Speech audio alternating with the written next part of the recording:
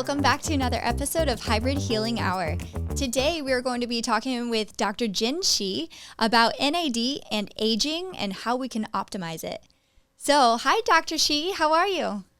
Great, nice to be with you. Nice to be with you. Thank you so much for coming on. I would love if you could tell our audience a little bit about yourself and how you got to where you are and how you created Jinfiniti. Sure, I'll be happy to. I was an academic scientist in medical schools for almost 4 decades. I have done extensive research on health, aging, and how we can use Eastern philosophy, Western technologies, how merge the East and West, ancient philosophy, modern technologies to help people optimize their health and extend their health span and lifespan. I love it. How long ago did you get into NAD? Well, I started working on NAD about 5, 6 years ago. And, we have known about NAD, we learned about NAD in our high school textbooks. I think most everyone, whether they know it or not, in high school, they probably have learned a little bit about NAD because it's a coenzyme that's really important for the production of cellular energy and in our mitochondria. So it's a basic biochemistry that we learn in high school, at least in college. But most people, including most doctors, actually forgot about it. I remember learning about NAD in college and in medical school biochemistry, and I said to myself, once I learn this, I will never need to know it again. Well, And now here we are. we are, right?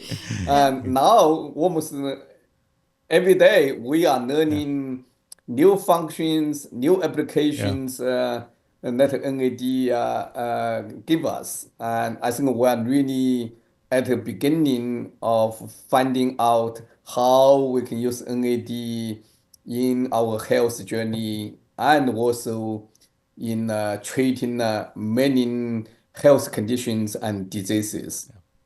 So why don't we start by just explaining to our audience what is NAD? All right, so NAD is a natural compound that's in our cells. It's what we call a coenzyme. The coenzyme is a compound that can help other enzymes to carry out their functions. What's really unique about NAD is how many enzymes that this coenzyme can help. We know NAD can at least help over 500 different enzymes for their function. The most important function of NAD is the production of cellular energy in the form of ATP. Now, ATP is the energy of our cells, it's the energy currency of our cells. Without ATP, our cells wouldn't function. But without NAD, our cells cannot produce ATP. That's just by this single function, NAD would rank in the top 3 most important molecules in life. But on top of that, there are over 500 other cellular processes that require NAD. I'll just name a few. The first one is repair of damaged DNA. Now, as we expose to toxins in radiation, our DNA gets damaged, and fortunately, our cells have the machinery that can repair the damaged DNA. But without NAD, the repair process is not efficient. Many enzymes wouldn't function. That's just one. Another one is the regulation of inflammation and the control of senescence. Senescence are just the aging cells that are supposed to die. They are programmed to die as the cells age. But some of the cells who are supposed to die and they don't die. And in order to get rid of these aging cells, or we call it senescent cells or zombie cells, we really need the NAD levels to be optimal for the process to be efficient. And And is brain there function, is and the even ovarian function. We know, for example, women with infertility issues have a high deficiency in NAD because inflammation in the ovary. So now, almost constantly we are discovering new functions of NAD because it's involved in the function of so many enzymes. I wouldn't be surprised to see new applications that will come out constantly. so And in another our example is patients with heart conditions. The number one risk factor for heart failure is actually NAD deficiency. We work with a number of doctors who are using NAD products to treat patients with heart failure. They are having a lot of success. So, I can sit here and go on and on about what are the potential applications from this, magic molecule. So in our American culture of more is better, everyone thinks that the higher my NAD levels, the better they are. But that's not true, right? NAD has to be in a green zone. That's absolutely true. So Is this where you want to maybe share your slides? I can share my slides. Let me see how I can share my slides. And here we go. Share. Can you see my slides now? Yes. We can, yes. Yeah. All right. And for our audience who's listening on the podcast, we have this on our YouTube page as well, where you can actually see the slides he is sharing. All right. So I'll go through some slides very quickly and to give your audience, a very brief summary of what we know about NAD and how we can get it optimized.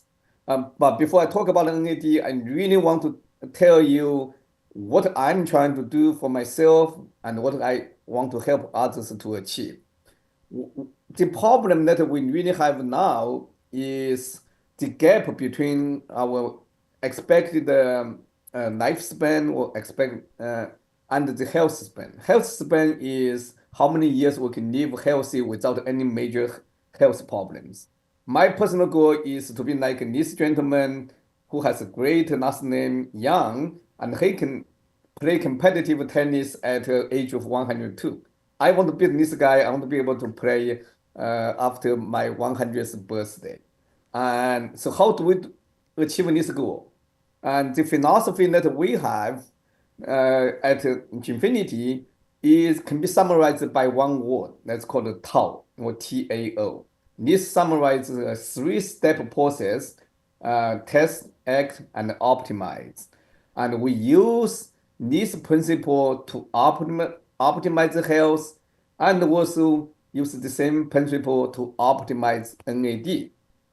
You may have realized that I use the word optimize or optimization. That comes back to your point. With everything, including NAD, too little may not be good, but too much may not be good either. So we really need to get our biomarkers in the optimal zone or the green zone. So how I'll dive into the NAD optimization immediately, and I'll show you how we use this principle to optimize NAD levels. And I have some other slides. That's what I already talked about. NAD is a coenzyme. The production for NAD, we'll talk about this. I'll jump over and dive into the actual data. So as we age, our NAD levels decline very rapidly. what we know now is even in teenagers, about 25% of them are already deficient in NAD levels, and 75% of teenagers have NAD levels above 40 micromolar. This is the minimum level that we believe that everyone should achieve. Unfortunately, as we age, even in our late 20s and early 30s, about 75% of this group already has suboptimal or deficient NAD levels. By our 40s, 50s, and beyond, we may have only 50%, even 30% or less of the NAD levels that we usually have at a very young age. So that's the problem. And the goal is to bring NAD levels for these individuals to somewhere here that we see in very young individuals. That's between 40 and 100 micromolar. Now, how do we do it? Well, fortunately, there are potentially multiple ways that we can get it done. And the best way that we can increase NAD level is through what we call NAD precursors. Now, if you don't know what's a precursor, precursors are basically building blocks that our cells can use to make the NAD molecule. There are multiple precursors such as NMN or nicotinamide mononucleotide, NR, nicotinamide riboside, or nicotinamide and nicotinic acid or niacin. So these are different compounds that our cells can use to make NAD molecules. How do we know which one works the best, or whether they work at all or not? That's why we really need to have a test that can tell us where the NAD levels are before supplementation and where the NAD levels are after supplementation. Without a test, we wouldn't be able to figure out what works and what doesn't. So the test we have is very simple. It's a finger prick. It performs very well.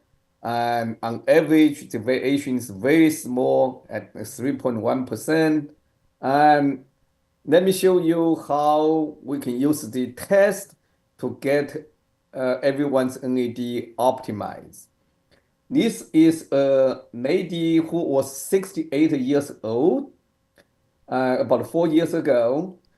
She tested very deficient for her NAD level. It's below 20 micromolar, and really only less than 50% of what we wanted people to be at.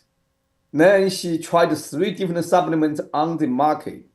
As you can see, her levels are still very deficient with these 3 supplements. It did not work at all.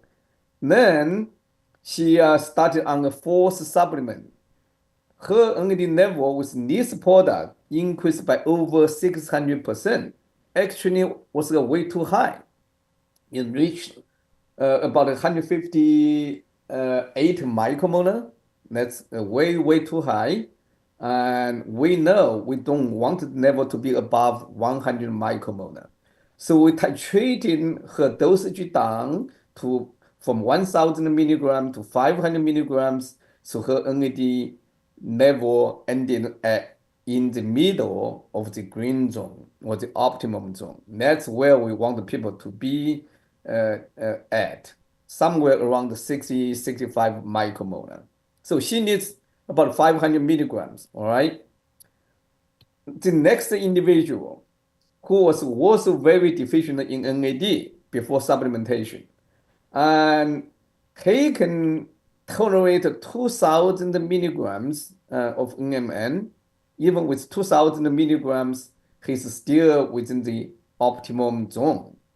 But we titrated him to 1,500 milligrams to be in the middle of the green zone. We don't want it to be way too high, and we don't want it to be too low.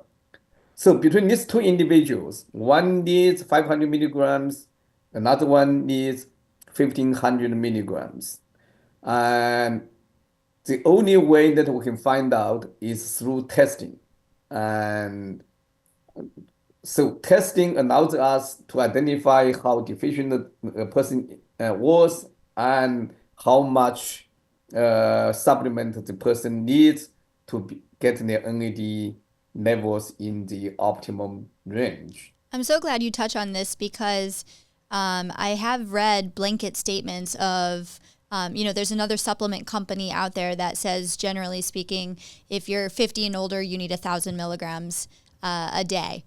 And I know exactly what you are talking about. This is David Sinclair, who did make a lot of contributions to the field, and he just tells people that he takes 1,000 milligrams of NMN, he's fine. No, that's absolutely not true. In general, about 70% of the population can get by with 1,000 milligrams of NMN.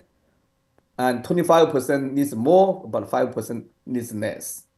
If you are, for example, for the first lady, if she was taking 1,000 milligrams, her NAD level would be at a toxic level. That's not good for her health.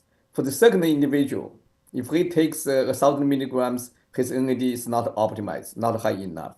You really need to use the test to find out how much you need to take. Can That's you the explain scientific why way to. high levels are toxic? What about the high levels make them toxic? So what we know is when the levels are way too high, you can produce high levels of two compounds that are metabolites of NAD, and they are called 2-PY and 4-PY. Or for your general audience, they don't have to remember the terms. The bottom line is these two metabolites of NAD can increase vascular inflammation and cardiovascular risk. And we also know that individuals who take high doses of niacin can get their NAD levels way, way too high and can cause insomnia, for example. These are the two main side effects that we know currently when the NAD levels are too high. I'm sure there are other potential side effects that we don't know yet. With everything, and whether it's NAD or any other compounds, there's always an optimum zone, right? We may or may know, we may or may not know the exact side effects, but we do know how much people need, and if it's once we get them to a certain level for NAD, we know if we can get your NAD into 50 micromolar, 60 micromolar, they do experience significant health benefits. To be on the safe side, there's really no need to get NAD levels much higher. Higher NAD levels, when it's too high, it certainly does not provide additional benefits as far as we know. I actually have done experiments with myself. I get pretty much maximum benefits when my NAD levels are around the 65 micromolar.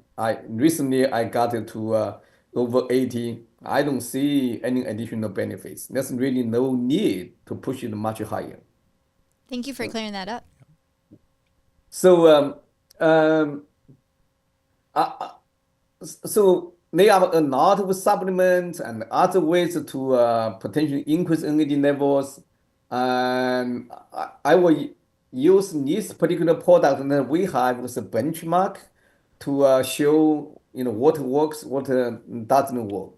With this particular patented formulation, as you can see here, within 2 weeks, we can increase NAD levels by over 100%. In the next 2 weeks, it continues to go up a little bit in some individuals. But for the vast majority of individuals, you really only need about 2 weeks to get the NAD levels peak at that particular dosage. So this is a highly efficient NAD product. Now, you see a lot of NMN supplements on the market. Most of them are just the pure NMN. It's one ingredient. And that's the data in yellow. And you can see pure NMN can increase the NAD levels from baseline, which are shown as in red. This is one individual, second individual. But with the formulation that Jinfiniti has in green, we can increase NAD levels much more efficiently than the pure NMN form. So not all NMN or NAD products are made equal. That's the point. You really want to identify the product that works the best for you through testing. NAD IV has been pushed by many clinics and influencers and celebrities. Does it work? Well, the simple answer is NAD IV does not increase intracellular NAD levels as shown on this particular slide. The blue data points are before intravenous infusion of NAD. The orange is after 5 sessions of NAD infusion. As you can see, the blue and orange are about the same for each of these 10 individuals. So this clearly indicates that NAD IV does not increase intracellular NAD. How about with the supplements? Well, I want to actually go back to that slide a little bit because that's even a higher dose than what clinics give. That's with 5 sessions of 750 milligrams. And how far apart were those IV sessions? Well, very, very good point. So the 5 sessions were given to this participant within a window of 10 days. So 5 sessions within 5 sessions within 10 days at 750 milligrams each session. Whereas it's a very aggressive NAD IV protocol. And it didn't improve really at all. And in some people, it even went down. Wow, that's impressive. So, and that's just because the IV, and you know, a lot of people don't realize IV has a lot of risk of side effects, and especially at that high dose, I'm surprised it was even well tolerated. A lot of GI effects, and I've always heard it's because it's not naturally supposed to be given IV. Well, exactly. You make a great point, and there are side effects associated with NAD IV. In this particular study, we tested a number of biomarkers. I can tell you, 7 of these 10 individuals had their CRP levels increased by 300 to 1,000%. Wow. CRP is a acute phase protein made by the liver. Looking at inflammation, particularly. Yeah, inflammation. Yeah. It's inflammatory biomarkers. In this case, I think our body, our liver, is considering the NAD infused as a foreign substance and is causing acute reaction. That's really, really bad.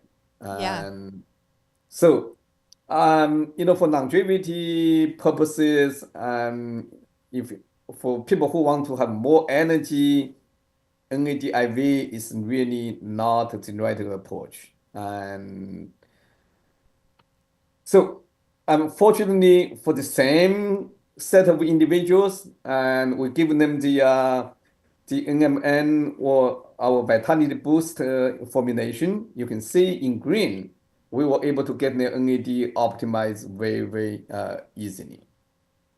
So all supplements, all precursors are really good NAD products to increase NAD levels. Wow. There are many clinics offering subcutaneous NAD injection or intramuscular injection. I don't have enough data for intramuscular injection, but I do have enough data on subcutaneous injection.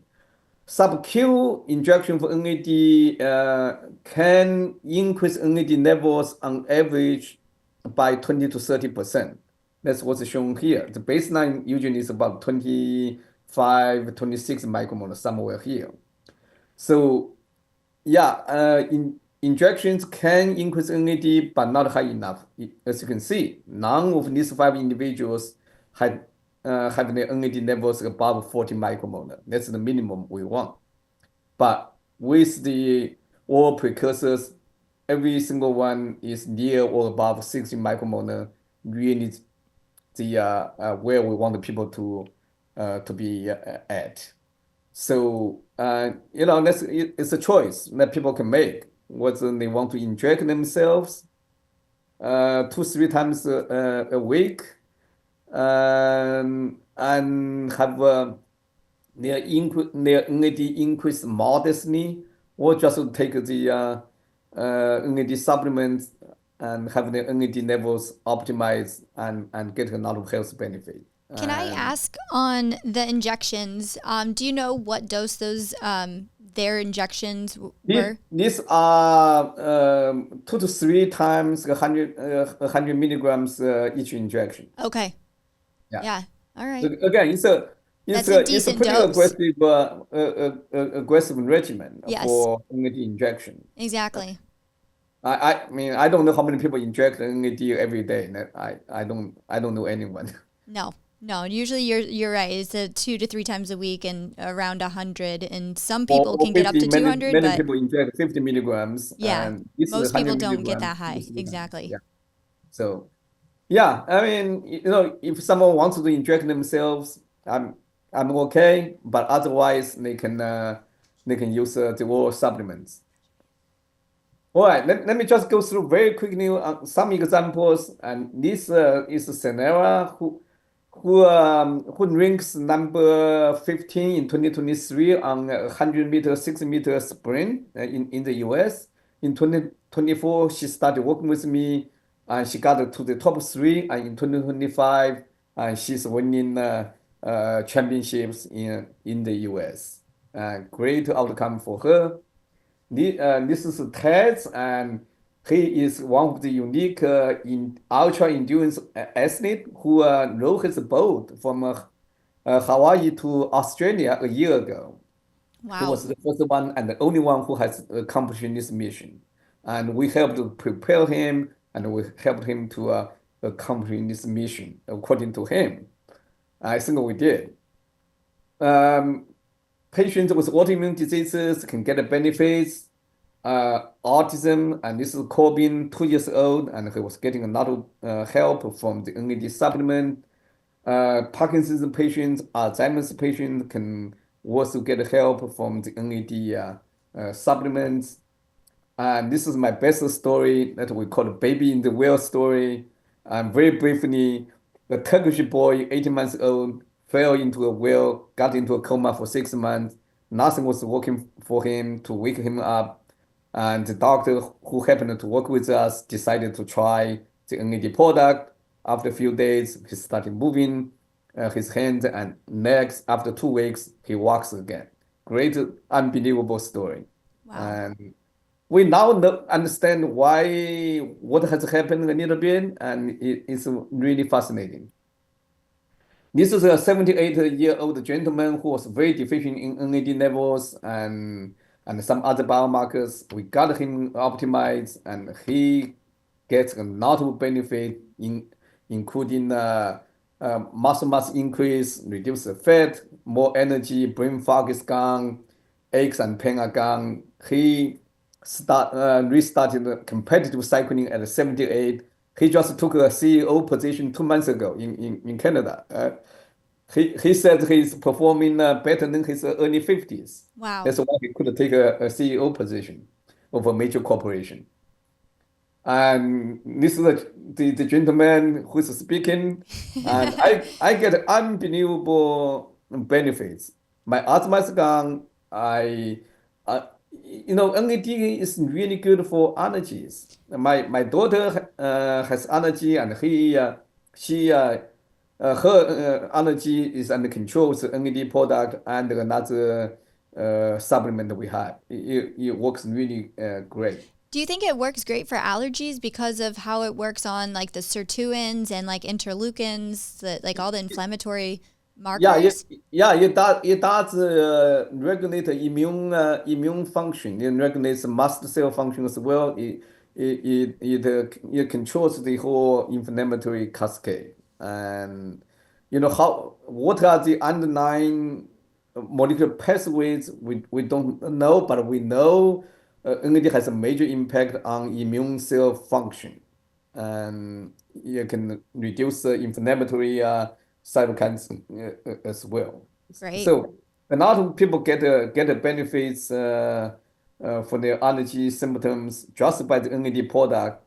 But for individuals who have allergies, we also recommend another quercetin, fisetin based supplement that we call Signal A, and the combo works really well. Yeah, I'm a big fan of like quercetin and fisetin as well for Yeah, the yeah. senescence. Exactly. Is there an optimal time of day to take an NAD product? There not really. What my recommendation is, you want to find each person is different. For myself, I take my first dose after lunch because I usually get a little tired in the afternoon. And before I get tired, I take it so I get more energy. I take my second dose right I go to bed because it helps me to sleep. We do have a few individuals who get too much energy and they may not be able to sleep. So in that case, you want to take it early in the morning. And so it really depends on who you are, and you can experiment with the timing a little bit to find out what works for you the best. I will tell you Unfortunately, right there's now. no universal guideline. Yeah, and I mean, I can tell you my personal experience. I have it right here, actually, Yeah. right there. I've been taking it personally, and I love taking it at the end of my day, actually, because I find after a long day of work, I'm exhausted mentally, physically, and I drink it on my way home. And because it's a powder that I just mix in with the water.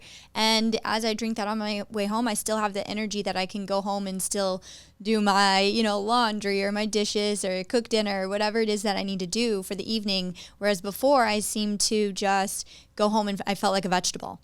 Yeah, I mean that's a perfect strategy. And so whenever when I feel a little low in energy, I would take a dose, and within 5 minutes, my Mm-hmm. energy is back, Yeah. and it's pretty amazing how fast it can work. And so Can you tell listeners how they can get their NAD levels checked?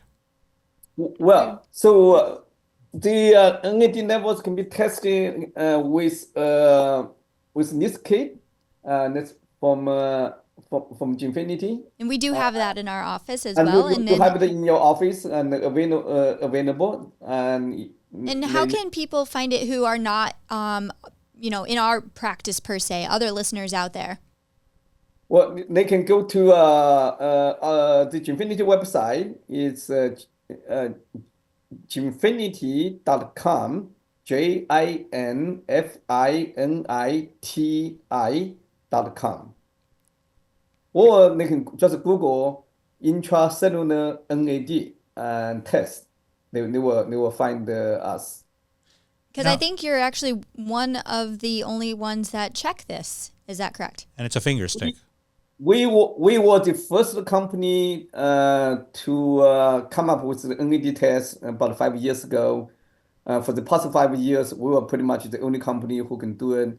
Now, in the last few months, there are a couple of other companies that are trying that have NAD test available. I don't know how well their tests work. I'm not going to comment on. I usually don't comment on other people's offerings. But what I can tell is we spend years and we studied tens of thousands of people to define what levels that you need to achieve. And our test is backed up by extensive data. and we know exactly how to use the test to help people get their NAD optimized. And we are really data-driven and science-driven, and we we can help people to get their NAD into the level that they need. Now, I've heard some criticism that NAD serum levels don't reflect tissue levels. What do you say about that? You are right, and serum NAD levels in the serum are extremely low, almost non-existent. All right, you do not want to measure NAD levels in the serum. What we are measuring is primarily NAD levels inside the blood cells. That's the difference. That's why we call it intracellular NAD. We use blood samples, but we don't really measure the levels in the serum or plasma, the liquid part of the blood. We measure NAD levels inside the cells primarily. Okay, now another thing is that blood cells don't have mitochondria. You are absolutely correct. Blood cells don't have mitochondria, but they do have NAD levels. And we know the NAD levels we measure in the blood. I am wondering if you'd be able to tell us and explain to our audience a little bit about the difference between NMR and NMN, because I get asked that question a lot when people are trying to find supplements and they're doing their own research. So yeah, if you could explain, because clearly I see your NMN, works. Yeah, right. So you mean NMN and NR. So NMN, nicotinamide mononucleotide, and NR is nicotinamide riboside. Yes. NMN is what we call the one-step precursor. What it simply means is it takes one enzyme to convert NMN to NAD. NAD is the compound that carries out the functions. All right. NR is what we call the two-step precursor. What it means now is it takes two enzymes to convert NR to NAD. NR has to be converted to NMN, and then NMN is converted to NAD. Now, there has been a lot of debate about which one is better. With the data we have, we know that both NMN and NR are great NAD precursors. Both of them are very efficient at elevating NAD levels when the formulation is done correctly and the dosage is optimized. Personally, I prefer NMN. We actually have both NMN-based product and NR-based product. NMN, the NMN formulation seems to give better health benefits to our customers. And if you just look at NAD levels, NR is not so different from NMN. But when we look at the health outcomes, we get much better benefits from the NMN-based formulation. Oh, interesting. Okay. And can you explain how this is different than just your ordinary vitamin B3? Because that's what niacin is, right? So, and niacin and niacinamide are the same, correct? No, they are not. No. Okay, so why don't you go ahead and touch on that then? Yeah, it's very confusing. Okay, let's talk about niacin. Niacin is some people call both nicotinic acid and niacinamide niacin, right? But just to clarify and make it easier, the vast majority of people only call nicotinic acid and niacin. So let's make it a little easier. Niacin equals nicotinic acid, okay? Just for the sake of clarity. And niacinamide and nicotinamide are two different names for the same compound. And it's different way. It's quite different from nicotinic acid. Niacinamide or nicotinamide is a precursor to NAD, but it takes 3 steps to convert niacinamide to NAD, and this is in the salvage pathway. Niacinamide can only increase NAD levels by about 10% on average. It only works in about 20 to 30% of the population. And in this 20 to 30% of the population, you increase NAD levels by about 20 to 30%. If you multiply 30% by 30%, it gives you about 10% or 9%. So niacinamide is a very poor precursor for NAD. It does work, but not well enough. Niacin or nicotinic acid, on the other hand, is actually a highly efficient NAD precursor. People don't know about it, and that's data from our research. For those people who take a high dose of niacin or nicotinic acid to reduce cholesterol level, and many of them have extremely high levels, even toxic levels of NAD. And I believe that niacin, niacin can reduce cholesterol level very effectively, but whether it can provide cardiovascular benefit is highly debatable. Many of the recent studies suggest that niacin does not provide cardiovascular risk, even though it reduces LDL or total cholesterol levels.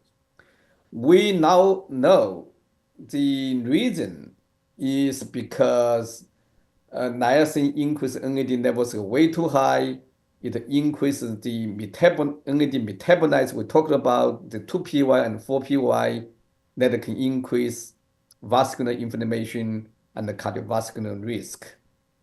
So in balance, niacin or nicotinic acid can increase NAD levels very efficiently and actually increase it to a toxic level.